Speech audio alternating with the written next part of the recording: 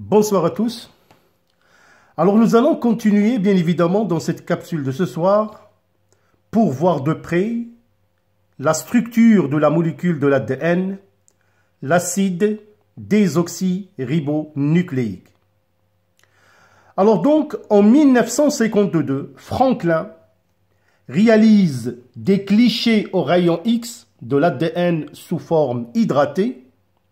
On y observe une figure en croix, comme vous pouvez le remarquer. Alors, cette forme en croix, il est caractéristique des structures en hélice. Alors, on a conclu qu'il s'agit d'une structure en double hélice. Alors, depuis, on a établi le modèle d'ADN de Watson et Crick. Alors, dans ce modèle, la molécule d'ADN est formée de deux chaînes de nucléotides enroulées en spirale l'une autour de l'autre. La double hélice, alors les deux chaînes ou les deux brins sont liés par des liaisons hydrogènes entre les bases azotées. Alors, comme vous pouvez voir, tout le long de la double hélice, il y a 4 types de bases azotées, grand A, grand T, grand C et grand G. Ce sont les bases azotées, les éléments qui constituent par la suite les nucléotides. Alors, on peut parfaitement voir à côté que la base adénine est liée à la base thymine ou bien thymine à l'adénine et la guanine à la cytosine ou cytosine à la guanine. Alors au sein de la structure de la molécule d'ADN, on trouve qu'elle est formée par un acide phosphorique et un sucre, le désoxyribose, et comme je vous ai dit, 4 bases azotées, la guanine, cytosine, dénine et la thymine. Remarquez aussi que pour la double hélice, il présente un certain antiparallélisme, c'est-à-dire il y a un brin qui comporte la numérotation 3', 5' et l'autre brin 5', 3'. Bien évidemment, on va vous expliquer par la suite à quoi correspond cette numérotation. Alors donc, comme j'ai dit, l'adénine associée toujours à la thymine et la guanine associée à la cytosine. Les deux chaînes sont antiparallèles, 3', 5', contre 5', 3'. Alors, l'ADN est une molécule très longue obtenue grâce à la succession de différents nucléotides. C'est un polymère de nucléotides.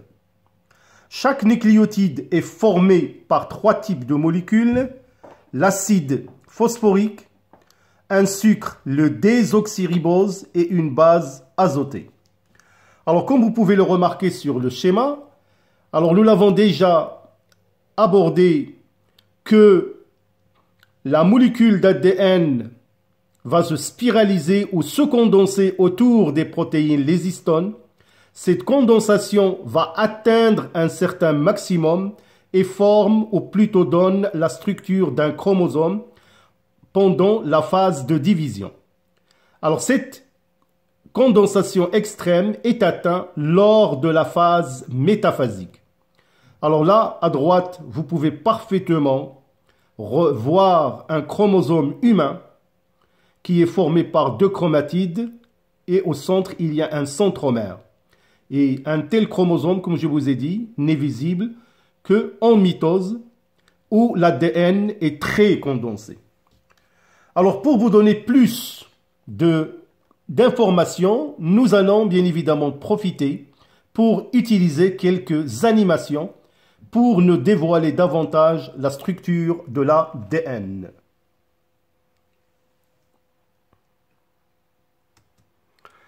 Alors, comme vous pouvez le remarquer, nous avons déjà établi que l'ADN est localisé dans le noyau. Alors vous pouvez voir la chromatine autour des histones, formant ce qu'on appelle les nucléosomes. Alors cet ADN sous forme d'un double brin, ce qu'on vient de voir, une double hélice qui est constituée par un ensemble de gènes. Nous verrons sa définition. Mais retenez seulement que cette double hélice, qui est l'ADN acide désoxyribonucléique, formée par une structure en double hélice, et c'est la succession de bases azotées que nous avons déjà nommées. Alors, on trouve un phosphate et un sucre et une base, l'adénine, ou bien la thymine, ou la guanine, ou la cytosine. Alors, formation d'un nucléotide. Donc, formation du nucléotide, sa structure dans l'espace. Et bien évidemment, la succession de ces nucléotides formant les doubles brins donne la structure de la molécule d'ADN, comme vous pouvez bien évidemment le voir devant vous. Alors, encore une fois, l'ADN constitue le support de l'information génétique, c'est-à-dire qui est responsable des caractères que nous avons déjà évoqués dans la première capsule. Bien évidemment, nous allons voir d'autres animations pour mieux comprendre la structure de l'ADN. Alors donc là, je peux vous montrer de nouveau la structure de l'ADN. Donc c'est une macromolécule. On peut voir le premier brin et le deuxième. Donc c'est une double chaîne en hélice. C'est une molécule bicaténaire, c'est-à-dire en double brin. Alors constituée de nucléotides qui constituent les éléments de base de l'ADN. Alors, on note 4 types de nucléotides: adénine, cytosine, thymine et bien évidemment guanine. Alors, examinons les brins d'ADN. Ce sont des brins qui sont appariés avec une règle de complémentarité, comme vous pouvez le voir. Alors, on a la base adénine avec la thymine et la cytosine avec la guanine, et ainsi de suite. Alors, comme vous pouvez le voir, donc il y a une complémentarité entre les bases adénine, thymine, cytosine, guanine.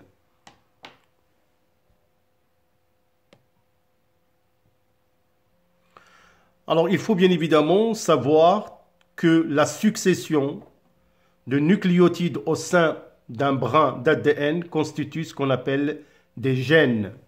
On peut parfaitement dire, par exemple, que cette portion d'ADN correspond au gène numéro 1, le gène numéro 2.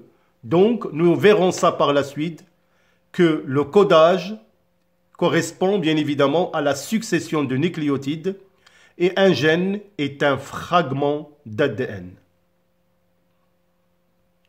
Alors bien évidemment, nous verrons par la suite que l'expression d'un gène, qu'on appelle l'expression génétique, bien évidemment se traduit par la synthèse de molécules. Là, je vous donne par exemple que ce gène s'est exprimé et nous verrons bien évidemment qu'il est responsable de la synthèse de la molécule 1, qui se traduit bien évidemment par un caractère. Alors nous verrons ça bien évidemment dans les capsules prochaines. Alors donc on peut confirmer bien évidemment avec les expériences que la structure de l'ADN est une structure très compliquée et cette molécule est un polymère de nucléotides et il est le support de l'information génétique que nous verrons, surtout son mode d'expression, quand on va étudier bien évidemment la synthèse des protéines où nous allons établir la relation gène, protéine, caractère.